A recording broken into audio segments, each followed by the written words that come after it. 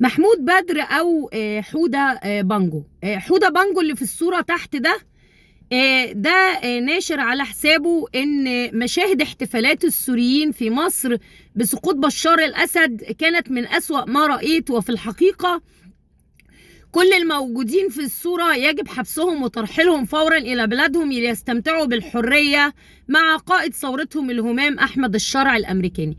أحمد الشرع الأمريكاني بيتهيألي أفضل بكتير جدا يا حودة بانجو من محمود بدر بتاع الكلاب، أو حودة بانجو اللي كان بيجيب كلاب بلدي يعشرهم من بعض علشان يعمل 10 جنيه و20 جنيه يجيب بيهم باكيتة بانجو. صورك طبعا مالية النت وانت قاعد بترص معسل لعمك ابو 7000 جنيه حمضين صباحي وقاعد بتشرب معاه بانجو.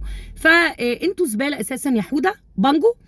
حودة بانجو يا جماعة راح اخد من مخابرات الكيان واتصل مستعار في الامارات عشان يعملوا الانقلاب العسكري اللي تم في مصر. هو و2 عيال جرابيع معاه كده سرسجيه. اكتبوا محمود بانجو واكتبوا حركه تأرد، قصدي تمرد. هتلاقوا الواد الجربوع دوت، بس دي طبعا صورته بعد ما نضف علشان دي فلوس طبعا الموساد، فلوس الكيان وفلوس طبعا اللي اتصل المستعار بتاعهم الامارات. فانت بتتكلم على مين؟ انت بتتكلم على السوريين؟ انت بتتكلم على السوريين الاحرار اللي عرفوا يحرروا بلدهم يا عبد يا خنزير يا مجرم يا ابن الكلب. انت بتتكلم على مين يا محمود يا بانجو؟ عايز ترحل مين؟ وبعدين هم هيقعدوا لك في الزريبه دي ليه؟ مصر اتحولت على ايدك وايد رئيسك الكلب المجرم الخنزير الطاغيه، طاغيه مصر المهزأ، اتحولت للزريبه. هو انتوا فاكرين مصر دي بلد؟ هو انت هترحلهم منين؟ يعني هترحلهم من الجنه؟ ما هم كده كده هيسيبوها لك. هي بلدهم بعد ما اتحررت هيقعدوا لك في الخاريه دي يعملوا بيها ايه؟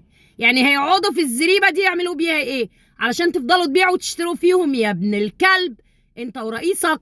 يا ابن الكلب يا ولاد الكلب حولتوا مصر لزريبه.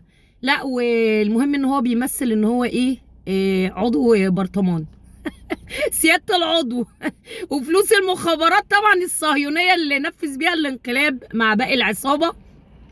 ما هو كل واحد اشترك في الجريمه دي اللي ادت لقتل الشعب وبيع ارضه. كل واحد فيهم اخد جزء يعني.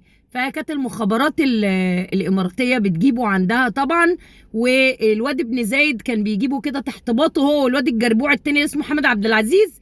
وكانوا طبعا جرابيع وصورهم تشهد عليهم في النت. تدخلوا كده تفرجوا محمود بانجو، اكتبوا محمود بانجو وهتلاقوه ماشي بكلاب بلدي جربانه، يا قاعد في الصور التانيه في الشارع بيشرب بانجو. عيل جربوع ابن وسخه افتكر نفسه بقى حاجه بفلوس الموساد وفلوس الكيان.